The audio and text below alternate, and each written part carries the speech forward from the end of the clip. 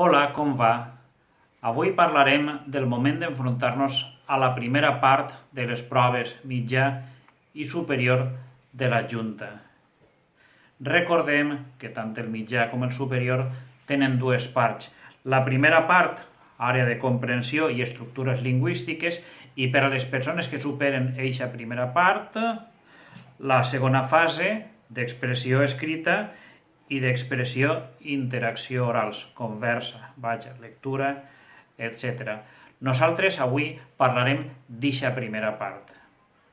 Hem de dir que nosaltres aconsellem que us presenteu en qualsevol cas, és a dir, si heu pogut estudiar com si no, convé que aneu a l'examen. Per què, si no ho heu estudiat? Doncs perquè és important perdre la por a aquesta situació, no és és un acte administratiu, no van a matar a ningú, però és important, si hi ha persones que els posa nervioses esta situació, és una manera de perdre la por, també de conèixer l'examen, de veure la situació. Nosaltres aconsellem que aneu, vaja. Recordem que en l'examen es donarà un quadernet sobre el qual convé que anotem les respostes que pensem, diguem en brut. Jo vaig omplint la 11, pense que és la B. La 12, què significa l'expressió ser aigua en cistella? Doncs la B, també. Marque així. I després, sempre tenint en compte el temps que ens hauran dit al principi els examinadors, l'hora de començament i l'hora d'acabament, traslladaré aquestes respostes a la plantilla. I també hem de recordar que si ens equivocarem a la plantilla hi ha un sistema que ve a la pàgina 3 per esmenar aquestes equivocacions.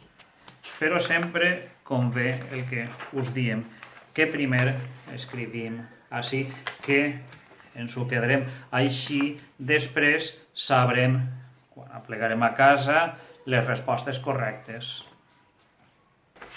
La primera part, com diem, és comprensió. Té un text al principi i 10 preguntes, verdader, fals, i unes preguntes de comprensió. Segons la facilitat que tinguem per omplir-la, podem començar per ací, tenint en consideració que aquesta part demana temps, o per les altres 80 o 60 preguntes. Les altres 60 o 70 preguntes, en el cas de mitjà o superior, són de vocabulari, de morfologia i sintaxi i d'ortografia. 3 parts. Vocabulari, hem de conèixer unes paraules, dir el seu significat, ens donen 3 opcions, i així s'inclouen també frases fetes. Dins d'aquest bloc d'estructures lingüístiques hi ha les preguntes de morfologia i sintaxi, recordem que després de les de vocabulari. Així estan les preguntes corresponents a les formes verbals, als pronoms febles, als pronoms relatius. Entenem que són les complicades, també hi ha més quantitat. Convé, en la nostra opinió, que les deixem per al final. I per fi, el tercer bloc dins d'esta part d'estructures lingüístiques correspon a l'ortografia, apostrofació, accentuació, V, B, etc. Esta sol ser més senzilla. Aleshores, podem fer-la en primer lloc o en segon lloc després de les de vocabulari, començant o no per la part, com diem, de comprensió. Quan haurem acabat, lliurarem la plantilla, això serà per a nosaltres normalment, i ens diran la data en què eixiran les notes. És important saber aquesta data. Normalment, si l'hem fet dissabte, divendres següent solen eixir les notes. Per així, saber si hem de presentar-nos a la segona part o no. A la segona part es presentarà qui hagi superat esta primera part. Bé, i acabem amb uns consellets que recapitulem del que hem dit. El primer de tot, estarem amb temps suficient a l'examen, amb el DNI o el document acreditatiu, sense por.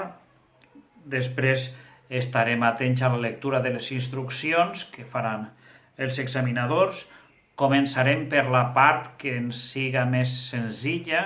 Recordem que hi ha parts diferents de comprensió, de vocabulari, de sintaxi i morfologia, d'ortografia, la que ens siga més fàcil. I si no estem segurs d'alguna pregunta, això ja cadascú de vosaltres, però nosaltres pensem que sabent que cada pregunta equivocada lleva, en el model actual, lleva punts, 0,7 si són preguntes de verdader fals, dues opcions, 0,4 si són preguntes de tres opcions, A, B, C, aleshores decidiu.